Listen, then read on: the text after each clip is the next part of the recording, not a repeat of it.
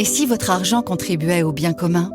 À la Financière de l'Échiquier, nous sélectionnons pour nos clients des entreprises porteuses de sens qui préparent le monde de demain.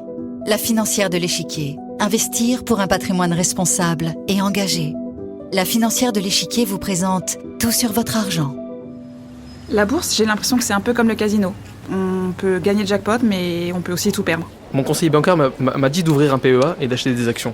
Ça me permettrait de diversifier mes placements, mais bon, moi je sais pas trop. Les Français et la bourse, ça fait 2. À peine 6% des épargnants possèdent des actions en direct d'après l'autorité des marchés financiers. Il faut dire que les petits porteurs ont subi de plein fouet l'éclatement de la bulle Internet en 2000, la crise financière en 2008 et la crise des dettes souveraines en 2011. 3 cracks boursiers en une décennie, ça a de quoi refroidir les ardeurs de n'importe quel boursicoteur. Et pourtant, contre toute attente, le krach de mars 2020 provoqué par le premier confinement a attiré 150 000 nouveaux investisseurs particuliers en bourse, dont une majorité de jeunes. Ces néo-actionnaires ont compris l'intérêt d'acheter des actions lorsque les cours sont au plus bas pour pouvoir les revendre, une fois que les marchés sont repartis à la hausse, avec une confortable plus-value. Les Français seraient-ils en train de redécouvrir les joies de la corbeille ? Vous l'avez compris, on va parler de la bourse aujourd'hui dans Tout sur votre argent. Les actions, c'est vraiment l'investissement qui rapporte le plus sur le long terme ? Et puis, je fais comment pour acheter des titres ? Peut-on boursicoter sans maîtriser les arcanes des marchés financiers ? Y a-t-il un risque de perdre toutes ses économies ? L'ensemble de ces points, je les ai balayés avec Véronique Ghisquet-Cordeliani. Elle est la secrétaire générale de la F2IC, la Fédération des investisseurs individuels et des clubs d'investissement.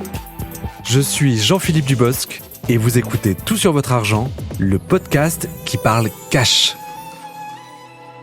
Bonjour Véronique Ghisquet-Cordeliani. Bonjour. On parle des marchés financiers, mais qu'est-ce que ça veut dire exactement, concrètement ? Les marchés financiers, c'est une autre façon de dire le financement de l'économie, c'est-à-dire le financement des entreprises.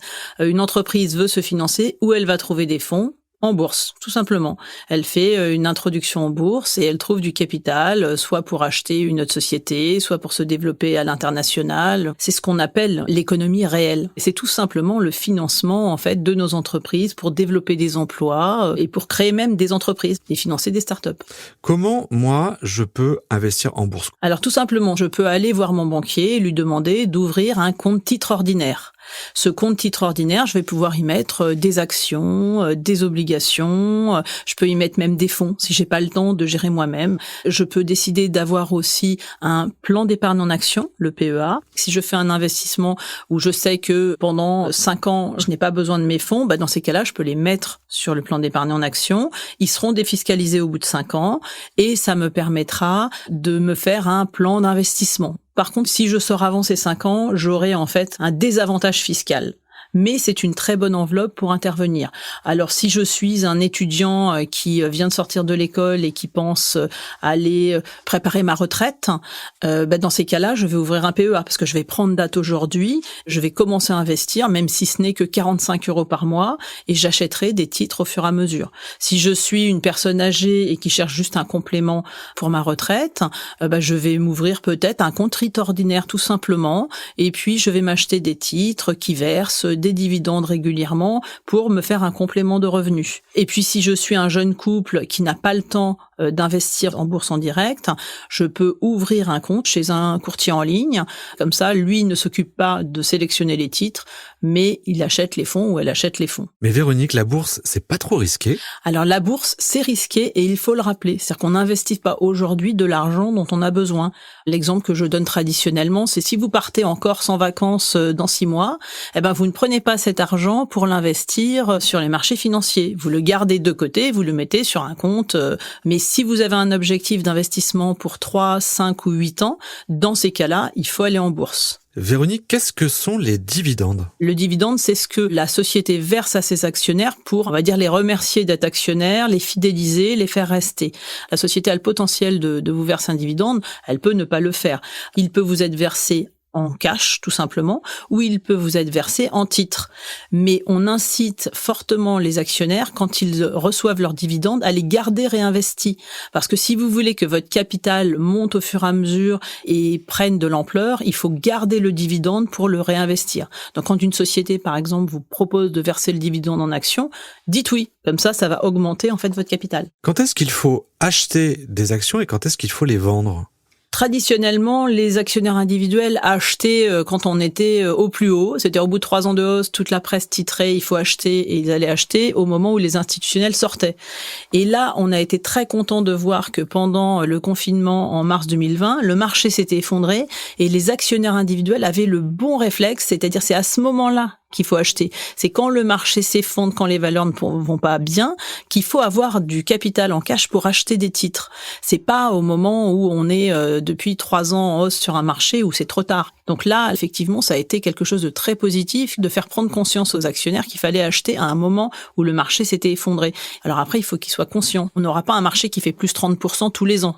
Après, on retournera sur un marché un petit peu plus régulier. Et quand est-ce qu'il faut vendre ? Savoir vendre, c'est une grosse problématique des actionnaires individuels parce que tout le monde sait acheter, mais se décider à vendre, c'est compliqué. Alors, vous avez plusieurs choix. C'est soit vous investissez pour votre retraite, vous voulez capitaliser, et dans ces cas-là, vous mettez le titre sur votre compte et vous attendez. Dans 10 ans, le titre aura augmenté, vous l'aurez en portefeuille.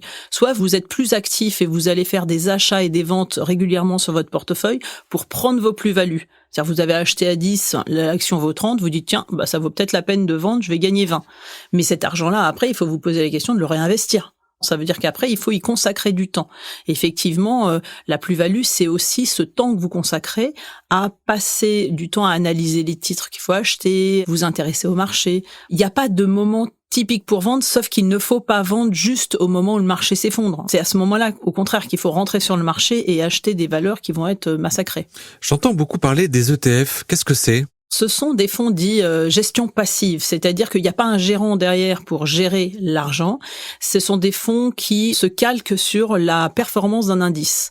Vous pensez qu'en Grande-Bretagne, puisque tout le monde est vacciné, la relance sera beaucoup plus rapide, donc vous vous dites je vais investir dans ce pays parce que eux ils vont avoir un redémarrage économique beaucoup plus rapide que moi. Sauf que vous n'allez pas aller acheter des titres en Grande-Bretagne, ça va vous coûter cher, ça va être compliqué.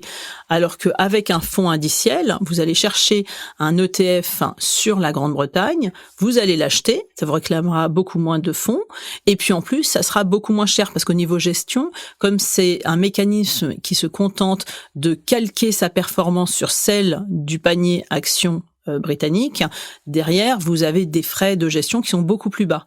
Donc c'est quelque chose qui a beaucoup de succès au niveau des particuliers et qui est amené à beaucoup se développer. Dernière question, Véronique, que beaucoup d'épargnants se posent. Est-ce que c'est le moment d'acheter des actions ? C'est jamais et c'est toujours, en fait, je dirais. Parce qu'il faut pas investir à un moment T. Il faut prendre l'habitude d'investir très régulièrement et mieux vaut investir régulièrement 40, 45, 50, 100, 200 euros tous les mois que tout d'un coup d'arriver avec 10 000 euros en disant je vais acheter sur le marché. Non, parce que là, vous pouvez acheter à un moment où le marché s'effondre juste derrière. Donc, catastrophe. Alors que si vous investissez régulièrement, il y a des moments où vous serez sur des plus bas de marché, des moments sur des plus hauts, mais ça lissera le risque boursier. Et donc, c'est une bonne habitude aussi d'investissement à prendre pour son capital. Merci beaucoup, Véronique, pour tous ces conseils. De rien, merci. Vous venez d'écouter Tout sur votre argent, le podcast qui parle cash. Tout sur votre argent est produit par Europe 1 et Tout sur mes finances. Tous les épisodes du podcast peuvent être écoutés ou réécoutés sur europe1.fr, sur toutsurmesfinances.com et sur les meilleures plateformes de streaming et de téléchargement.